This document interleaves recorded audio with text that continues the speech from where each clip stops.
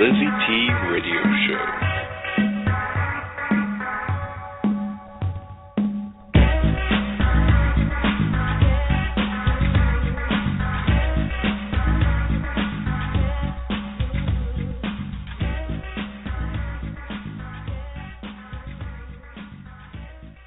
Canadian show, North American radio show, and now worldwide show, the LizyT Blog Talk Radio Show. She wants to know who you are, what you do, your contact info, anything new. And now, welcome the amazing LizyT.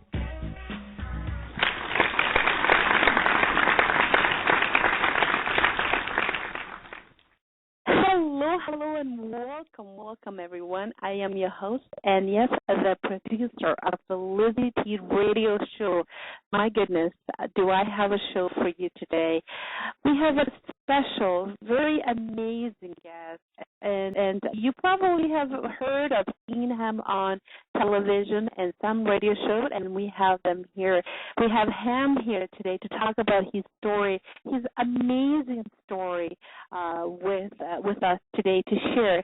Today is, some of you know, here in Canada, North America, as a matter of fact, is the summer holidays. The kids are out, and we take a couple of weeks here and there throughout the summer to spend with our family all over the world. We are right now being listened to Australia. Good morning to my Australian listeners. We are listening in South America, Central America, Jamaica, Netherlands, here through our 10 beautiful, wonderful provinces, United States. We have huge following in Washington, D.C., Texas, Kansas, North Carolina. My goodness, the list goes on. We are also being listened in England. Europe is getting there as well. Hello to my friends in Turkey, Nigeria, Ukraine, Spain, South Africa, and wow. I keep looking at my world map that is in front of me, and I keep picking, the names of countries and places, and I started, remember how I started to name all of the countries and places of people, and I'm running out of time, so I can't do that anymore. But thank you so much, everyone, for your support. Thank you for being part of this amazing network, for this radio show that is not just promoting people, talking about their books, their businesses, but also motivating them and giving them amazing stories, just like what you're going to hear today. If you're interested in being part of the LizyT Radio Show, please email us. Our email is very easy, is radio@LizyT.ca. Radio, because it is a radio show, at LizyT.ca. CA for Canada. And I want to thank my sponsors, because without you, everyone, this show would not be possible. Again, it's radio@LizyT.ca, because I want to know who you are, what you do. Contact them for anything new. And our sponsors today are NatureNova.ca. So thank you so much, NatureNova. NatureNova, their programs for children's camps, high schools, and if you're interested to know about nature, contact John at NatureNova.ca. And also, we're being sponsored right now. Thank you so much for Alka Total Fitness, AlkaTotalFitness.com. Now, so without further ado, here we will bring our wonderful guest, and here is a little bio for you to know a little bit of his background. And well, let's all welcome with a wonderful, wonderful round of applause, Jon Triffo. Jon Triffo is commercial and freelance photographer, nature guide, and interpreter, public speaker, and guest lecturer. His background is in wildlife photography. John specializes in include weddings, portraits, wildlife, socio-ecological portfolio, fauna, flora, habitat, human and natural history art. He is a nature guide and interpreter. John has been published in BBC Wildlife magazine in United Kingdom and Germany. Pacific Discovery Magazine in California, United States, Seasons Magazine in Ontario, Canada, Peregrine Falcon and Canada's Savage book, published by Douglas and McIntyre here in Canada, and Adventure Nature in Germany. And now he is published himself. The book is called Peregrine Falcon and the Concrete Kingdom. This is a life experience with the Peregrine Falcon project that he had in the 80s in Regina, Saskatchewan. And here is John. Welcome to the show, John. How are you today? I'm just fine. Thank you very much. Yes. Can you tell us a little bit about yourself, John? I've been photographing wildlife for about 30 years. I've been a naturalist ever since boyhood, really. I've been a naturalist before I even knew what the word naturalist, what a naturalist is. So I just started noticing nature when I was very young, and I've been always captivated by it, and I could never really turn away from it. So it's always something to catch my interest. Even when I was in school, if a robin was out on the lawn, I'd be watching the robin more than anything else. Hi, John. When I was looking at your bio, I read a word that you mentioned, dynamic naturalism. What do you really mean by that? When you learn about animals, you learn about all types of different strategies for survival, and a lot of the strategies are developed around acquiring energy. And in terms of dynamic interest, every animal pretty much has to use a certain amount of energy to acquire a certain amount of energy. And after a while, you kind of notice some animals invest a lot of physical energy into getting a lot of energy, and some animals try to conserve energy as much as they can. And some of these animals also will invest a small amount of energy, and sometimes they'll end up with a large amount of energy. And there's all sorts of different variations of which. A typical example being vultures will conserve energy by soaring and looking for food without flapping very much, whereas a falcon or a bird hunting hawk will exert themselves a lot, use up a lot of energy, and try to catch something that's alive. So when I talk about dynamic naturalism, it's a type of it's an interest in naturalism that is very much a part of my life. So I kind of look at it in a way. I put a lot of energy into learning about nature. So it's a matter of how much do I live being a naturalist? And I know it's a little awkward the way I put it, but I try to draw this comparison.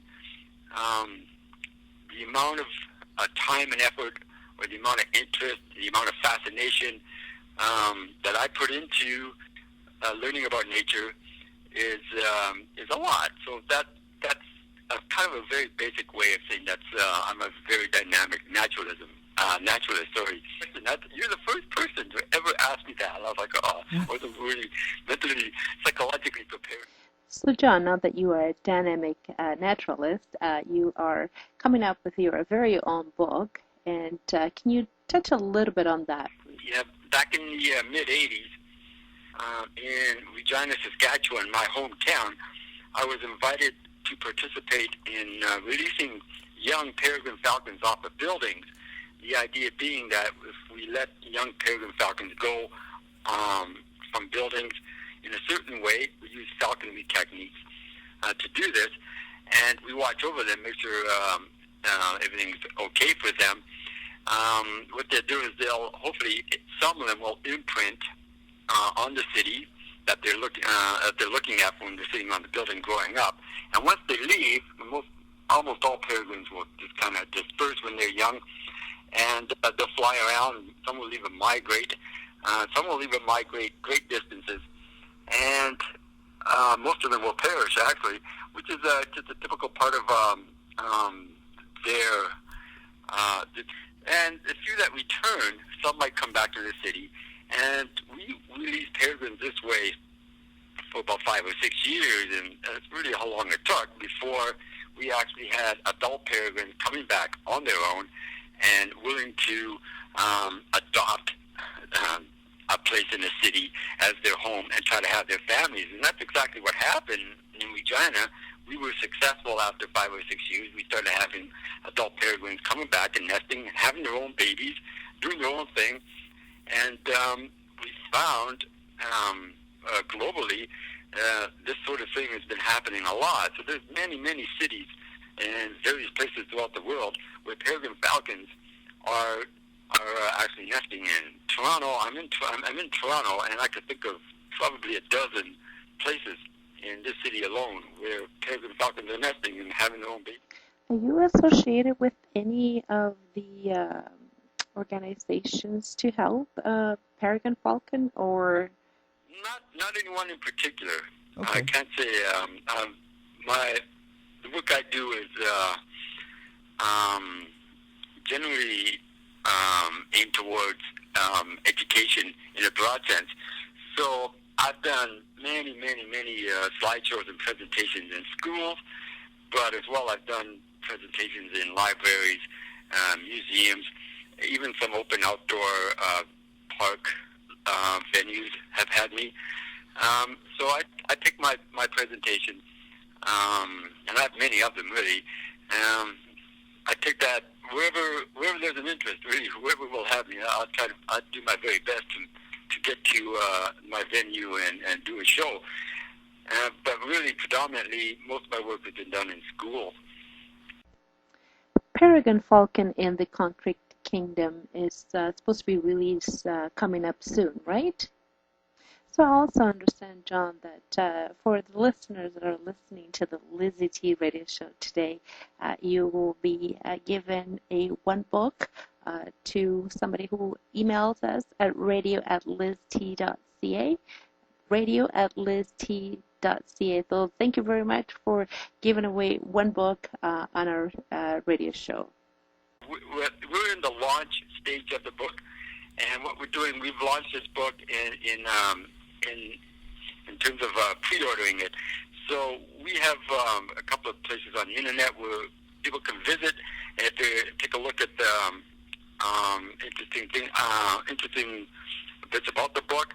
And if they're interested, they can actually pre-order a copy. I have in my hand a proof copy, which is quite exciting. And this is the copy where I meticulously go through with my publisher, and we eke out all the little things that we want to change, and then we finalize everything, and then it goes to final printing. And we were taking orders on the final printing, and we expect to have final printing within a couple of months. This is very exciting, John. So where can people find you, and where can people pre-order your book? And after that, is there going to be in stores somewhere? Can you tell us about that? The best place right now is NatureNova.com, all one word. And I think there's a button now on Facebook. We have a fan page dedicated to peregrine falcons in the Concrete Kingdom, and it's worded, the title of the fan page is exactly the title of the book. And I think we have a button there now, so anybody on Facebook can go there right away and find that button. And they can certainly find out a lot more about the book. And once we get more and more copies in hand, I'll be touring around, visiting all sorts of various locales. Regina is first on the list, really. We're going to take, we're planning a westward tour. We're going to head out west, and we're going to take as many books as we can and stop over as many bookstores and favorite haunts, if I could say that, as we can. And we're actually going to visit the original nest site in Regina, where a lot of the pictures in this book were taken, right? A new city hall in Regina, Saskatchewan. So there you have it, everyone, is NatureNova.ca.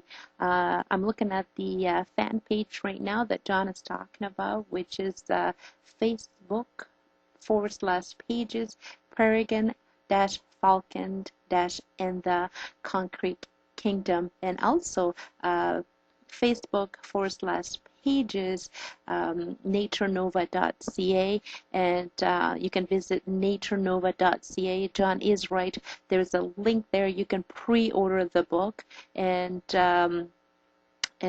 get in touch with John. Is there any other pages or any other links that you want to give to my listeners right now?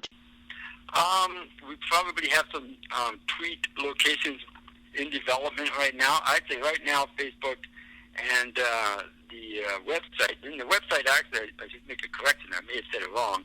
Is NatureNova.ca.